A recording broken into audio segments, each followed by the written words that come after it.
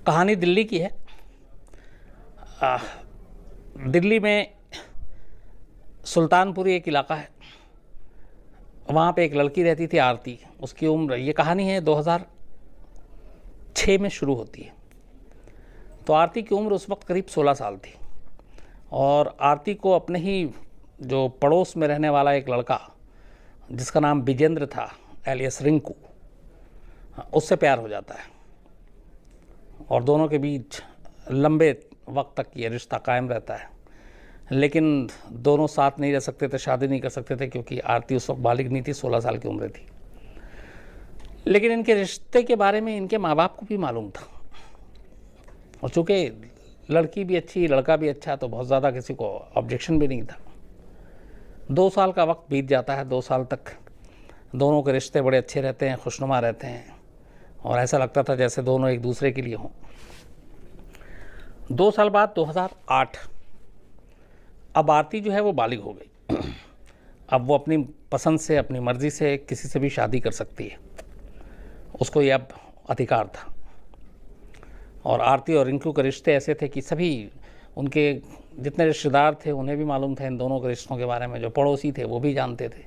तो हर एक को इनके रिश्ते के बारे में जानता था और सब यही कहते थे कि दोनों एक दूसरे को बहुत प्यार करते हैं। रिंकू ख़ासतौर पर बहुत ज़्यादा प्यार करता है, वो उसके लिए हमेशा गिफ्ट लेकर आता, फूल लेकर आता और जब ये सारी चीज़ें लाता तो जाहिर सी बात है पड़ोसी की भी नज़र पड़ती, वो भी देखते और मानते कि हाँ एक दूसरे को बड़ा मानते हैं, प्यार करते हैं।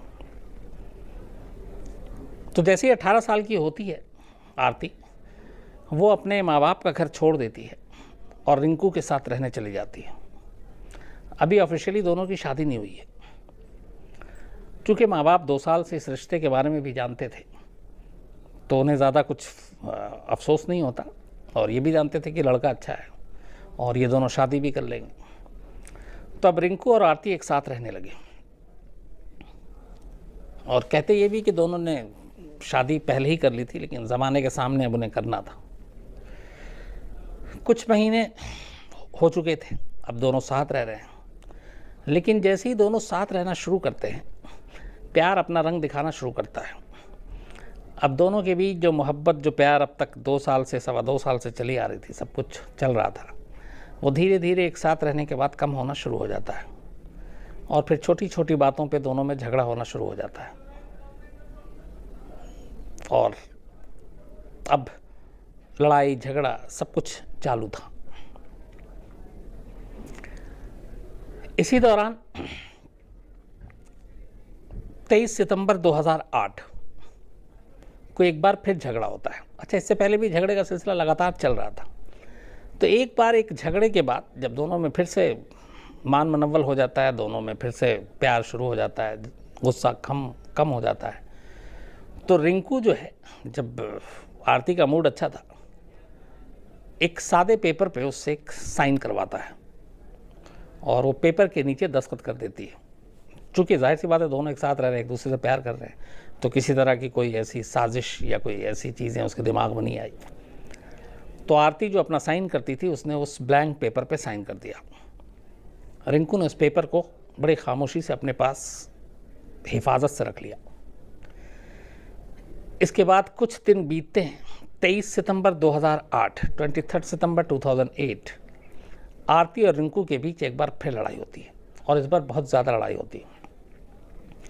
और इसी लड़ाई के दौरान गुस्से में रिंकू आरती का गला दबा देता है। जब वो गला दबाता है, उसके बाद आरती की मौत हो जाती है।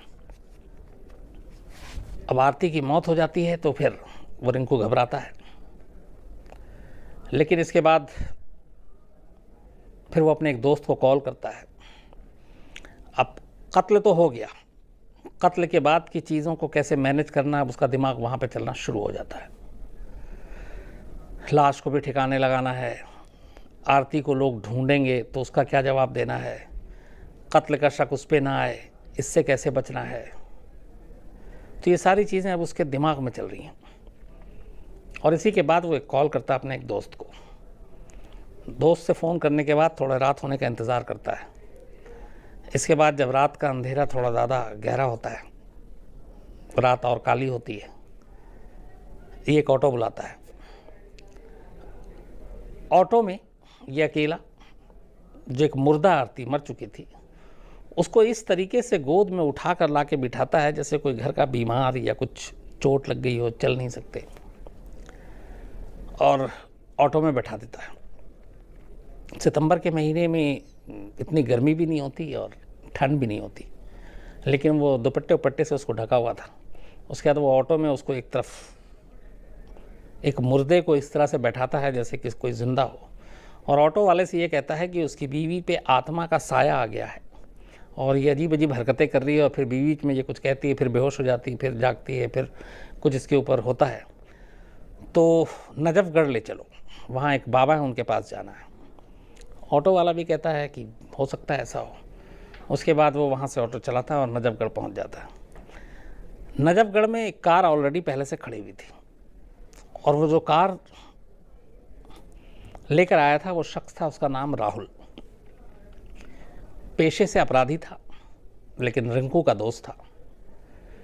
तो वहाँ पे वो कार लेके खड़ा होता है। उसके बाद ये आरती की लाश को ऑटो से उसी तरह से उठाते हैं जैसे वो बीमार है, बेहोश है, और ऑटो से निकाल कर उसको कार में डाल देते हैं।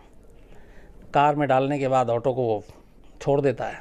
अब रिंकू, राहुल और आरती की लाश कार के अंदर। रात और ज़्यादा हो चुकी है, देर। इसके बाद उस कार को लेकर वो उसी वेस्ट दिल्ली के इलाके में एक सुरखपुर रोड है जो सन्नाटा रहता है, और उस दिन चूँकि रात काफ़ी हो चुकी थी, लेट देर हो गई थी, तो और भी सन्नाटा था। फिर ये सुरखपुर रोड के किनारे ले जाते हैं, एक अंधेरी सी जगह, कच्ची जगह, जहाँ पे कोई गाड़ियाँ या कोई आने जाने वाला नहीं। आरती की लाश को बाहर निकालते हैं, कि शिनाख्त हो सके वो सारी चीज़ें उसके बदन से हटा देते हैं। जाहिर सी बात, उसमें कपड़े भी थे, और उसके चेहरे को पत्थर से कुचल कर बुरी तरह से तबाह कर देते हैं, ताकि शक्ल से उसकी कोई पहचान न कर सके। तो आरती की शिनाख्त हो सके, उसकी पहचान हो सके, ऐसी एक भी चीज़ वो छोड़ते नहीं। और ये सब करने के बाद तसल्ली से वापस वो आरती के सारे कपड़े और सारी चीज़ें, जेवर जो भी थे, वो गाड़ी में लेकर बैठते हैं और वहाँ से निकल जाते हैं, और आरती की लाश को वहीं छोड़ देते हैं। अगले दिन किसी राहगीर के ज़रिए पुलिस को खबर मिलती है कि एक महिला की लाश पड़ी हुई है, चेहरा कुचला हुआ है। पुलिस आती है, पुलिस लाश को उठाती है, पोस्टमार्टम कराती है। पता चल जाता है कि गला घोंटने से मौत हुई है। लेकिन इसके अलावा पुलिस फिर बाकी जो उसकी जांच एक पुलिस एजेंसी की होनी चाहिए, जो ऐसे बहुत सारे केसेस में हुए। एक कहानी तो मैंने आपको पहले भी सुनाई थी कि एक कॉलर का सिर्फ लेबल और एक हाथ पे गुदा हुआ टैटू, जिसके ज़रिए पुलिस ने कत्ल की पहली को सुलझाया था। तो यहाँ पे भी लगभग सेम मामला था। चेहरा था नहीं, शिनाख्त के लिए कोई चीज़ नहीं थी, लेकिन हाँ, उस लड़की के दाहिने हाथ पे अंग्रेज़ी का जो ए अक्षर है वो ए लिखा हुआ था। अब जाहिर सी बात है, ये आरती उसका नाम था, तो ए से आरती, तो एक टैटू गुदा हुआ था उसके दाहिने हाथ पर। इसके अलावा और कोई शिनाख्त थी नहीं। पुलिस लाश को उठाती है, ले जाती है, पोस्टमार्टम कराती है, उसके बाद पूछताछ करती है वहाँ के आसपास के लोगों से। बट चूँकि ये आरती रहने वाली सुल्तानपुर की लाश मिलती है सुरखपुर रोड पे, काफ़ी दूरी, डिस्ट्रिक्ट अलग, थाना अलग, लेकिन पुलिस का भी जो रवैया था वो भी अलग। पुलिस ज़्यादा झंझट मोल नहीं लेती। उसके बाद जो लाश का डिस्क्रिप्शन था, उसके हुलिये, वो सारे एफआईआर में लिखती है, और जो एक टाइम मियाद होती है, उस मियाद के बाद भी जब उस लाश की शिनाख्त नहीं होती, तो बाकी उसकी तस्वीरें खींचकर और ये डिटेल जो छोटे छोटे, जैसे हाथ में ए लिखा हुआ है, पुलिस लाश का एक लावारिस लाश के तौर पर अंतिम संस्कार करवा देती है। इसके बाद धीरे धीरे पुलिस इस केस को भी भूल जाती है। अब इधर वक्त बीतता है, चूँकि आरती रिंकू के साथ रह रही थी, लेकिन माँ बाप के टच में थी, कभी फ़ोन कर लेती, कभी घर आ जाती, मिलना जुलना, क्योंकि घर वालों से रिश्ते ख़राब तो थे नहीं। लेकिन इधर कई दिन बीत गए, आरती का कोई सुराग नहीं, कुछ पता नहीं। इससे पहले कि फिर वो रिंकू के पास जाते और रिंकू से पूछताछ करते, अचानक एक दिन आरती के माँ बाप को एक ख़त मिलता है, और उस ख़त में ये लिखा था कि अब मुझे, चूँकि अब यहाँ पे ये सीन देखिए कि घर वाले ये मानते हैं कि रिंकू और ये दोनों एक दूसरे से प्यार करते हैं, अब शादी करेंगे, एक साथ रह रहे हैं। लेकिन वो ख़त पढ़ के माँ बाप चौंक उठते हैं, क्योंकि उस ख़त में ये लिखा था कि अब मुझे रिंकू के साथ नहीं रहना, मुझे एक एडवोकेट यानी एक वकील से प्यार हो गया है और मैं उस वकील से शादी करने जा रही हूँ और मैं उस वकील के साथ जा रही हूँ। और आप लोगों से रिक्वेस्ट है कि आप प्लीज़ हमें मत ढूंढना और ना हमारे बारे में कुछ पता करने की कोशिश करना। मैं बहुत खुश हूँ और मुझे जैसा प्यार चाहिए था वो मिल गया, वो वकील है, अच्छा है। तो जब मुझे लगेगा सब कुछ तो मैं खुद आपके पास आऊँगी, लेकिन आप लोग मुझे तलाशना मत, परेशान मत होना, ढूंढना मत। ये सारी चीज़ें उसमें लिखी हुई थी। अब नीचे सिग्नेचर जो है वो आरती का माँ बाप बचपन से जानते हैं कि उनकी बेटी कैसा दस्तखत करती है, तो शक की कोई गुंजाइश नहीं थी। लेकिन दुख इस बात का था कि पहले वो सोचते थे कि बेटी रिंकू से प्यार करती है, उसके साथ रह रही है, अब अचानक एक वकील आ गया, उसके साथ घर बसाने की बात कर रही है और इतने दिन हो गए उसने ख़त लिखा, ना मिल कर गई, ना उसके बाद से फ़ोन किया। इस ज़ख्म, इस सदमे से आरती के पिता जो हैं वो थोड़े बीमार होने लगते हैं और बाद में उनकी मौत भी हो जाती है। ये ख़त दरअसल वही ख़त था जिस पे सितंबर 2008 में रिंकू ने आरती से एक ब्लैंक पेपर पर दस्तखत करवाए थे। उसने सादे कागज़ पे जो दस्तखत लिए थे वो रिंकू ने, वो आरती के थे, लेकिन उसके ऊपर जो मजमून लिखा था वो खुद रिंकू ने लिखा था और वही ख़त भेज दिया। तो जाहिर सी बात है दस्तखत के बाद कोई शक की गुंजाइश थी नहीं। माँ बाप ने भी सब्र कर लिया, बाद में बाप बीमार, उसके बाद मौत हो गई, धीरे धीरे वक्त बीता। इधर इस ख़त के बारे में अब रिंकू को पूरा फुल उसने प्लॉट बना रखा था। तो ये कि लोग पूछें या घर वाले पूछें वो कहाँ हैं, तुम्हारे साथ रहती थी सब है और तुम्हें उसकी खबर नहीं है, तुम्हें फ़िक्र नहीं है। तो इसने ये सारी चीज़ों को पुख्ता करने के लिए ये फिर आरती के घर भी गया और उसने कहा कि अचानक आरती कहीं चली गई, आपको कोई जानकारी है? तो फिर माँ बाप ने उस ख़त के बारे में रिंकू को बता दिया कि बेटा ऐसा ऐसा हुआ, एक ख़त आया, कोई वकील है, उसके साथ उससे प्यार हो गया और वो चली गई। तो ये वहाँ पे नाटक भी करता है, रोता धोता है कि उसके बिना जी नहीं पाऊँगा, बहुत प्यार करता हूँ, ये है वो। घर वाले समझाते हैं इसको, फिर ये आता है, वक्त बीतता है 2008 से 9-10। उसके बाद फिर घर वाले कहते हैं कब तक इंतज़ार करेगा। फिर एक दूसरी लड़की से रिंकू शादी कर लेता है। लेकिन शादी के बाद भी आप मतलब एक परफेक्ट मर्डर जिसमें पकड़े ना जाए, वहाँ पे कहाँ कहाँ कैसी कैसी प्लानिंग और साजिश होती है, ये कहानी उसके लिए एक बेहतरीन एग्जाम्पल है। जब शादी कर लेता है तो अब ये है कि एक लड़की के साथ तुम 3 साल रहे, तुम दोनों ने शादी करने का फ़ैसला किया, दोनों अलग भी रहने लगे दोनों के घर से, और दोनों में इतना प्यार, इतने सारे तोहफे दिया करते थे, और अब शादी हो गया तो तुम कैसे आरती को भूल सकते हो? ये सवाल सारे रिंकू के जहन में थे और ये भी थे कि हो सकता है इस शादी के बाद बहुत सारे लोग शक करें कि रिंकू अगर नहीं है, गायब है, कुछ हो गया हो, तो वो आरती, तो इसके लिए रिंकू जिम्मेदार है। तो वो ये भी नहीं चाहता था। तो उसने क्या किया कि उसने कहा कि ठीक है, घर वालों का प्रेशर है तो मैं, अब रिंकू तो आएगी नहीं, उसने अपनी ज़िंदगी बसा ली, चली गई किसी वकील के साथ, तो ठीक है मैं भी शादी कर लेता हूँ। लेकिन उसने अपनी जिससे शादी की उस लड़की को अपने घर वालों और सबके सामने, जो कि उस लड़की को भी उसने बताया कि उसकी ज़िंदगी में एक आरती नाम की लड़की थी, तो उसने कहा उसको भुला नहीं पाऊंगा, इसलिए तुमको मैं हमेशा आरती कहकर ही पुकारूंगा। तो रिंकू ने जिस लड़की से शादी की उसका नाम कुछ और था, लेकिन वो उसे आरती ही, उसने उसका नाम रख दिया और आरती ही कहकर पुकारा करता था।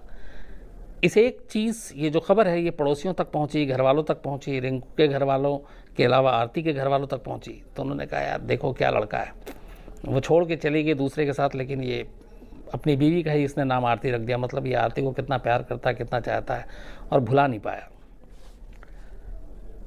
तो इसके बाद जाहिर सी बात है उससे शक और दूर हो गया कि ये तो आरती के ऊपर बहुत मरता है। इसके बाद धीरे धीरे वक्त बीता, रिंकू के 3 बच्चे हुए, तीनों बेटे।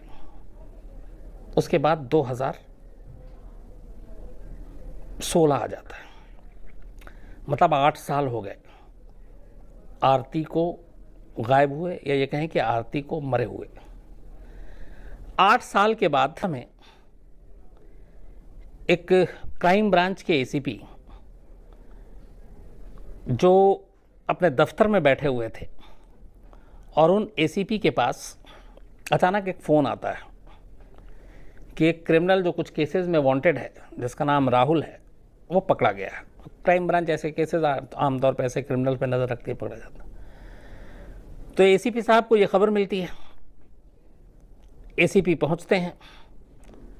कुछ केसेस थे जिनके बारे में, जिसको सॉल्व करना था, उस केसेस के बारे में राहुल से बातचीत शुरू होती है। राहुल जवाब देना शुरू करता है। फिर कुछ और भी ऐसे थे, कुछ अनसॉल्व मर्डर के केसेस थे, उसके बारे में पूछताछ शुरू होती है। तो वो बताता है कि नहीं ऐसा ऐसा कुछ नहीं है।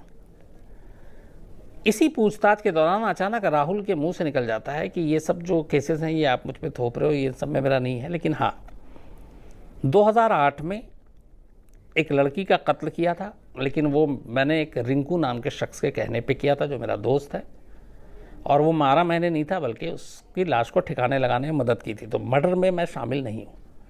कुछ और मर्डर की कहानी चल रही थी, तो अचानक उसके मुंह से ये कहानी निकल गई।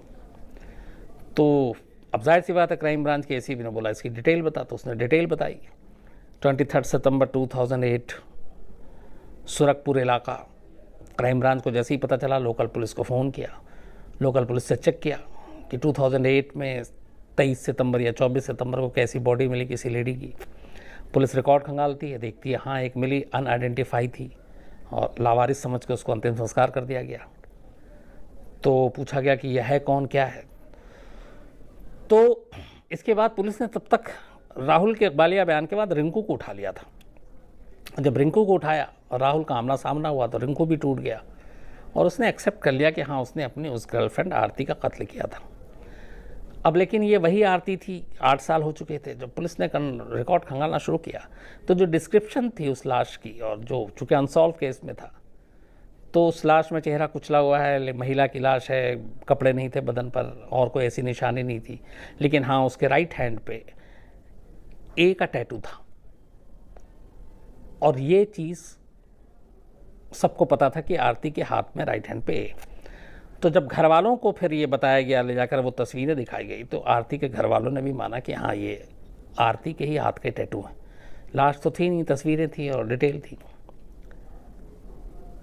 तो फिर उनकी शिनाख्त हुई, और तब पता चला, जो माँ बाप ये मान के चल रहे थे कि आरती किसी और वकील के साथ जा चुकी 8 साल पहले, और जिसके गम में बीमार होकर उसके पिता की मौत हो गई, वो आरती दरअसल 8 साल पहले ही मारी जा चुकी थी, वो भी अपने आशिक के हाथों। तो 8 साल बाद एक इत्तेफाक के तहत ये केस खुलता है, और केस खुलता है एक टैटू की वजह से भी और एक क्रिमिनल की इकबालिया बयान की भी वजह से।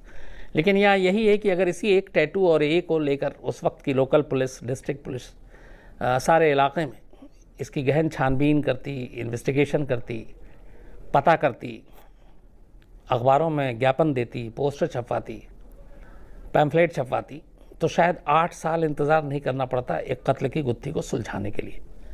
लेकिन कई बार यही होता है कि कई अच्छे इन्वेस्टिगेशन होते हैं, कई ज़हीन पुलिस अफसर होते हैं जो पूरी जी जान से इन्वेस्टिगेट करते हैं। कई बार ऐसा होता है कि जहाँ पुलिस का रवैया बिल्कुल ढिलमिल होता है, हाई प्रोफाइल केस नहीं हो, मीडिया में हेडलाइंस नहीं है, तो वो भी हाथ पर हाथ रख के बैठे रहते हैं कि चलो हटाओ, क्या कितनी जान लगानी। तो ये उस केस की एक बानगी थी। तो ये थी पूरी कहानी।